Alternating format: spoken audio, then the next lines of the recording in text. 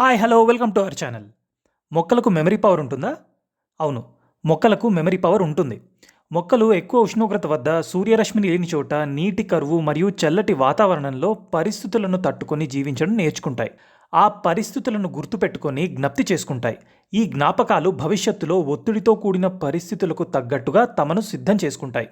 మొక్కలు తమకు ఎదురైన పరిస్థితులను త్వరగా నేర్చుకుని అవగాహన చేసుకోగలవు. అంతేకాదు, నేర్చుకున్న వాటి ద్వారా వాటి జ్ఞాపక శక్తిని ప్రదర్శించగలవు. ఉదాహరణకు, మీమోసా మొక్క 60 సార్లు పడిపోయిన తర్వాత దాని ఆకులను మడత పెట్టడం నేర్చుకుంది.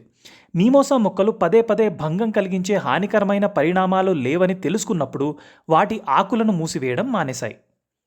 ఒక ఆశ్చర్యకరమైన విషయం ఏమిటంటే, వేడి నీళ్లు మరియు చల్లటి నీళ్లలో ఏది వేగంగా మంచుగా మారుతుంది? మీరు అనుకుంటున్నారు కదా, ఇందులో అడిగేదేముంది, చల్లటి నీళ్ళే అని. మీ సమాధానం అదే అయితే అది రాంగ్ అనే విషయం మీకు తెలుసా? అసలు అది నిజమేనా? ప్రారంభంలో వేడిగా ఉన్న నీళ్లు అంటే సాధారణంగా ఉన్న నీరు అని, ఎలాంటి పరిస్థితులలో చల్లగా ఉన్న ఇతర ద్రవం కంటే వేగంగా ఘనీభవిస్తుంది. వేడి నీరు చల్లటి నీరు కంటే వేగంగా గడ్డ కడుతుందనే విషయం చెప్పడానికి చేసిన ప్రయోగం పేరు ఎంపెంబా. ఎంపెంబా అనే అతను 1960లో ఫిజిసిస్ట్ డెనిస్ ఆస్బాన్ అనే సైంటిస్ట్తో కలిసి ఎక్స్పెరిమెంట్ చేశాడు. వారు దాన్ని గుర్తించినప్పటికీ తరువాత ప్రయోగాలు సరైన రిజల్ట్ను ఇవ్వలేకపోయాయి. తర్వాత చేసిన ప్రయోగాలలో వేడి నీరు చల్లటి నీరు కంటే వేగంగా ఆవిరైపోతుందని నిరూపించారు. దాని వలన వేడి నీటి వాల్యూమ్ తగ్గుతుంది.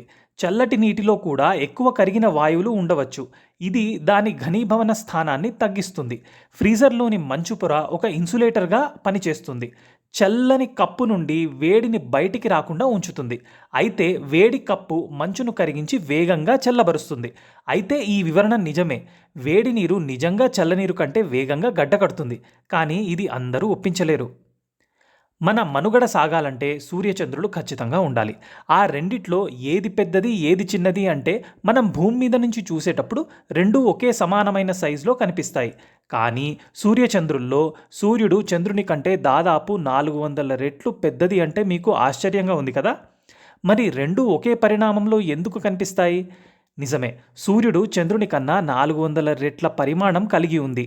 అయినా కూడా సూర్యుడు భూమికి దాదాపు 400 రెట్లు దూరంలో ఉండటం వలన మనకి ఆకాశంలో సూర్యుడు మరియు చంద్రుడు దాదాపు ఒకే పరిమాణంలో కనిపిస్తారు. సంపూర్ణ సూర్యగ్రహణం వచ్చినప్పుడు చంద్రగ్రహం పూర్తిగా సూర్యునికి అడ్డుగా వస్తుంది. అందువల్ల సోలార్ డిస్క్ల నుండి భూమి తట్టుకుంటుంది. నిజమైన స్వచ్ఛమైన తేనె సంవత్సరాలు గడిచినా పాడవదు. ఎందుకో మీకు తెలుసా? ఎందుకంటే దీని వెనుక ఒక రహస్యం దాగి ఉంది. అది తెలుసుకోవాలంటే ముందుగా తేనె ఎలా, ఎక్కడి నుంచి వస్తుందో తెలుసుకోవాలి. ఎన్నో వేల సంవత్సరాల నుంచి ఈ తేనె ఉంది. ఇందులోని పోషకాలు శరీర ఆరోగ్యాన్ని మెరుగుపరచడానికి బాగా ఉపయోగపడుతుంది. అయితే ప్రపంచంలో ప్రతి ఒక్క దానికి గడువు తేదీ ఉంటుంది. మనుషులు, జంతువులు నుంచి మనం డైలీ తినే బియ్యం, కూరలు ఇలా ప్రతి దానికి ఉంటుంది. కానీ ఒక్క తేనెకి మాత్రం అసలు ఎక్స్పైరీ డేటే ఉండదు. అసలు తేనెకి ఎందుకు గడువు తేదీ ఉండదు? తేనెటీగ పువ్వుల రసాన్ని శరీరంలో నింపుకుంటుంది. తరువాత దాని శరీరంలో ఉన్న ఒక గ్రంథి నుంచి ఎంజైమ్లు విడుదలై ఈ రసంలో కలుస్తాయి. పువ్వుల రసం ఎంజైమ్లను కలిపిన తర్వాత అది తేనెగా మారుతుంది. సాధారణంగా తేనెలో 80% వరకు చక్కెర, 18% వరకు నీరు ఉంటుంది. బ్యాక్టీరియా చేరినప్పుడల్లా సహజంగా తేనె తన నీటి మొత్తాన్ని పీల్చుకుంటుంది. కాబట్టి తేనె చెడిపోదు, బ్యాక్టీరియా చనిపోతుంది. తేమను పీల్చుకునే సామర్థ్యం తేనెకు ఉండటం వల్ల దీనికి ఎక్స్పైరీ డేటే ఉండదు. ఎన్ని రోజులు, సంవత్సరాలు అయినా కూడా తేనె అలాగే ఉంటుంది. ఆరోగ్యకరమైన తేనె ఎన్ని రోజులైనా తాజాగా ఉంటుంది. ప్రపంచంలోని అత్యధిక సరస్సులను కలిగి ఉన్న దేశం కెనడా అని మీకు తెలుసా? అవును, కెనడా సరిహద్దుల్లో 2 మిలియన్లకు పైగా సరస్సులు ఉన్నాయి. ఇది ప్రపంచంలోనే 60% పైగా సరస్సులను కలిగి ఉన్న దేశం. అంతేకాదు, మరో ఆసక్తికరమైన విషయం ఏంటంటే, మొత్తం వైశాల్యం ప్రకారం కెనడా ప్రపంచంలో 2వ అతిపెద్ద దేశం. కానీ భూభాగంలో మాత్రం ఇది చైనా అండ్ యుఎస్ఏ తర్వాత 4వ స్థానంలో ఉంది. కెనడా కనుక తన సరస్సులు మరియు నదులన్నిటినీ ఖాళీ చేస్తే అది మళ్ళీ 2వ స్థానంలో ఉంటుంది. కెనడా భూభాగంలో అనేక రకాల ఆదిమవాసి ప్రజలు వేలాది సంవత్సరాలుగా ఈ సరస్సులను నమ్ముకుని జీవిస్తున్నాయి. ఈఫిల్ టవర్ ఎవరి కోసం తయారు చేయబడింది అన్న విషయం మీకు తెలుసా? ఇప్పుడు దీనిలో ఉన్న వాస్తవాన్ని తెలుసుకుందాం. మార్చి 15, 1889న 984 అడుగుల ఎత్తుతో ఈఫిల్ టవర్ ప్రపంచంలోనే అత్యంత ఎత్తైన నిర్మాణంగా అవతరించింది. గుస్తావ్ ఈఫిల్ వాస్తవానికి తన టవర్ను స్పెయిన్లోని బార్సిలోనా నగరాన్ని దృష్టిలో పెట్టుకుని నిర్మించాడు. ఈఫిల్ ప్రాజెక్ట్ పరిమాణం మరియు ఖర్చు కారణంగా వారు దానిని తిరస్కరించారు. అంతేకాదు, ఈఫిల్ టవర్ ప్రతి వేసవి కాలంలో 6 అంగుళాల పొడవు పెరుగుతుంది. అవును, ఇది అక్షరాల నిజం. సూర్యకాంతిలో పెరుగుతుంది.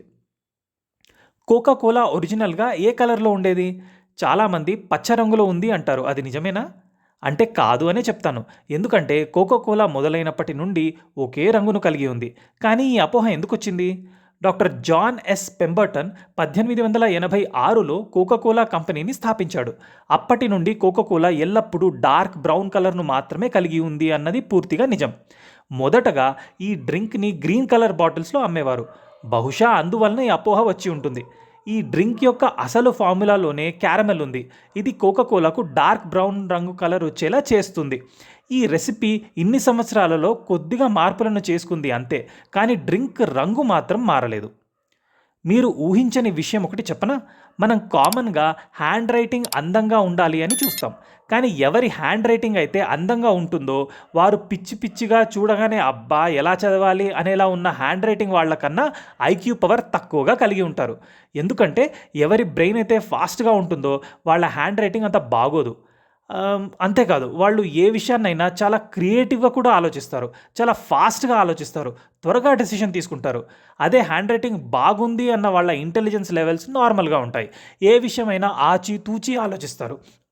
ఒక డెసిషన్ తీసుకోవాలి అంటే ఎక్కువ టైం కూడా తీసుకుంటారు. మా ఈ వీడియో మీకు నచ్చినట్టయితే లైక్ చేసి, షేర్ చేసి, సబ్స్క్రైబ్ చేయండి. Thank you.